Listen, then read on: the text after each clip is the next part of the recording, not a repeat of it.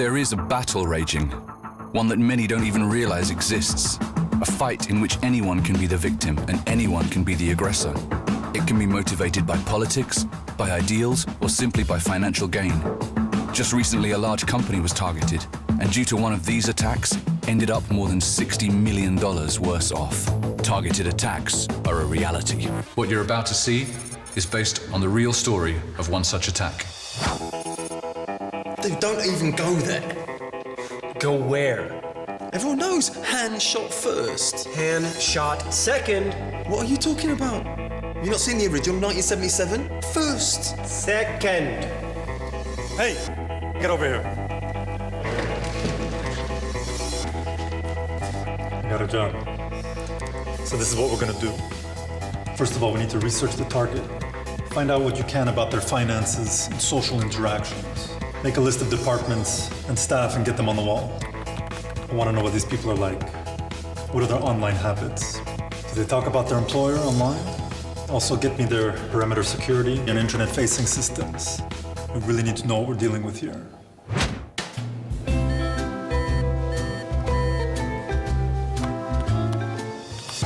The criminals have examined the target's defenses and know what they're up against.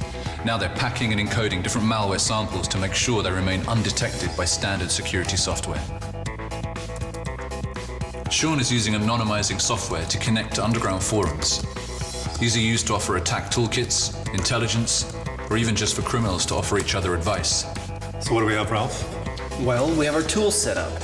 The ones that didn't get picked up by any of the security scanners we set up. And for access, we set up a booby trap website that will install the tool on the computer as soon as the user gets there.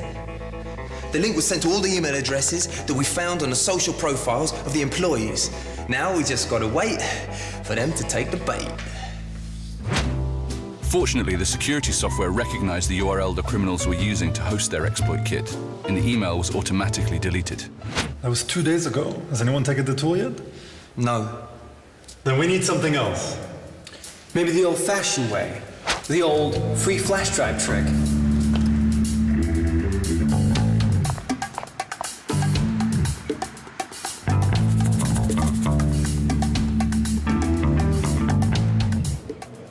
Hi, I found this in front of the main entrance. Could you check it out, please?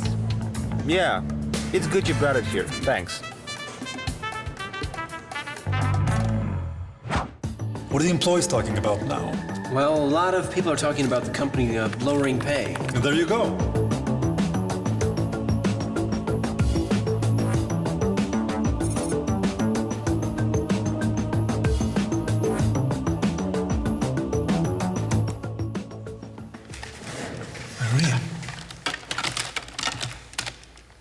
We're in! We're in! This is it.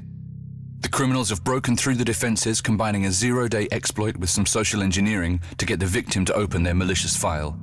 This computer is now under their control, and they can use this user account to begin exploring the network undetected.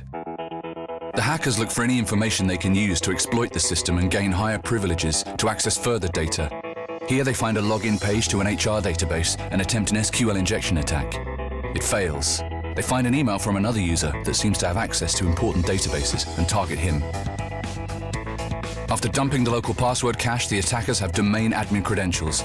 They browse the network to find the machine belonging to the new target. They connect with the remote desktop to drop a backdoor for later use and access the local hard drive, searching them for sensitive data. We picked up a minor breach on one of our workstations.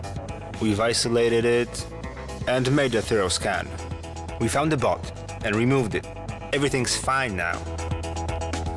Listen, we threw some back doors on it. We have domain admin, which means we have access to the whole network. We're so close, it's a done deal! Now it's time for the payoff. Exfiltration.